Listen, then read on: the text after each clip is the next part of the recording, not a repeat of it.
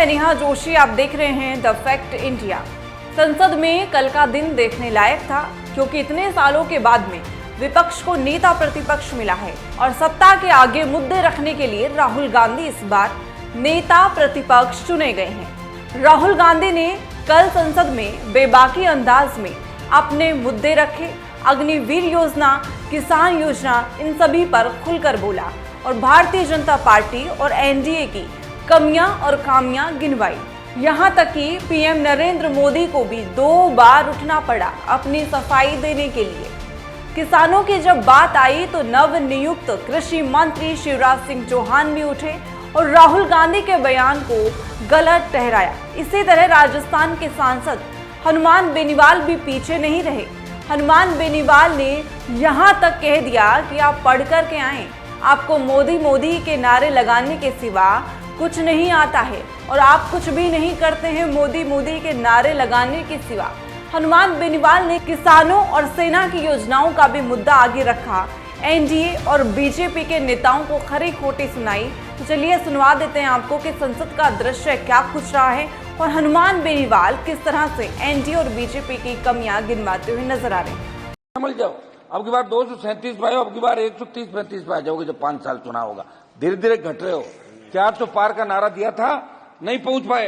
राजस्थान के हमारे मंत्री जी बैठे सामने, 2 मंत्री राजस्थान के अंदर, मेरे को कह रहे थे पिछली बार कि हमारी वजह से आप आ गए, ये पिछली बार कर लो। मैं तो फिर आ गया वापिस, आ गया 10-15-10-12 7 आए, 3-4 आपके मार्जिन पे बॉर्डर पे रहे थे। सब आप तो मेरी समझ मोदे, हिंदुस्तान के इतिहास में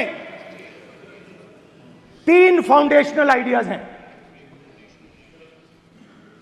मोदी जी ने अपने भाषण में एक दिन कहा कि हिंदुस्तान ने किसी पर आक्रमण नहीं किया। उसका कारण है क्योंकि यह देश अहिंसा का देश है। यह देश डर का देश नहीं है। तो हमारे सारे के सारे महापुरुषों ने अहिंसा की बात की, डर मिटाने की बात की। डरो मत, डराओ मत,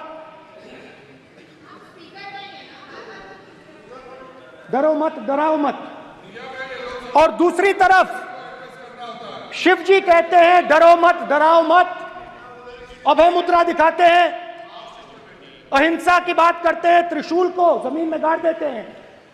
और जो लोग अपने आप को हिंदू कहते हैं वो 24 घंटा हिंसा हिंसा हिंसा, नफरत नफरत नफरत, असत्य सत्य असत्य।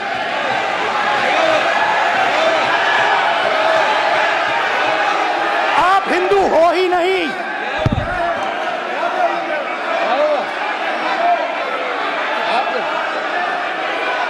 Just get me that picture of Shiva.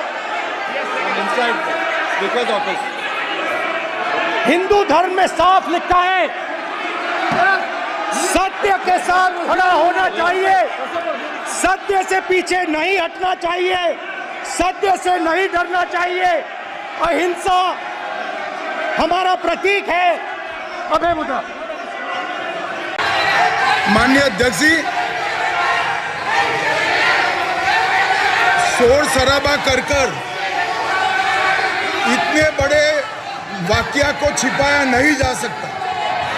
विपक्ष के नेताजी ने कैटेगोरिकली कहा है कि जो अपने आप को हिंदू कहते हैं वो हिंसा करते हैं।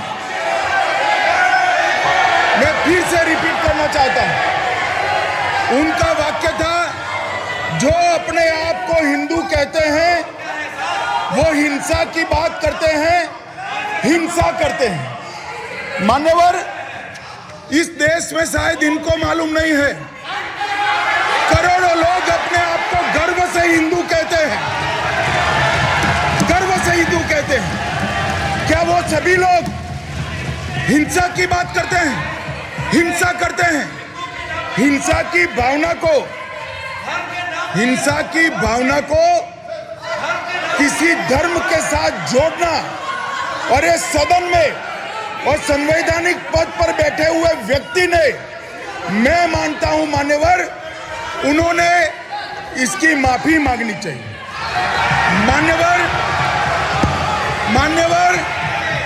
मैं उनको एक गुजारिश भी करना चाहता हूं कि इस्लाम में अभय मुद्रा, इस पर इस्लाम के विद्वानों का मत एक बार वो ले ले। गुरु नानक साहब की अभय मुद्रा पर SGPC का मत वो ले ले। और मान्यवर, अभय की बात तो इनको करने का कोई अधिकार नहीं है। आपातकाल में पूरे देश को इन्होंने भयभीत करा, लाखों लोगों को जेल में डाला। और आतंक, वैचारिक आतंक अगर कभी था, वैचारिक आतंक कभी था तो आपातकाल के वक्त था। और मान्यवर, दिल्ली में दिन दहाड़े हजारों सिख भाइयों का कत्लेआम उनके शासन में हुआ। आज वो भय की बात कर रहे हैं। मान्यवर, मेरा आपसे आग्रह है कि श्री राहुल गांधी, नेता प्रतिपक्ष, पहला भाषण होने के बावजूद माफी मांगनी चाहिए, न केवल सदन, पूरे देश की माफी मांगनी चाहिए। ये विषय बहुत गंभीर है। पूरे हिंदू समाज को हिंसक कहना ये गंभीर विषय है।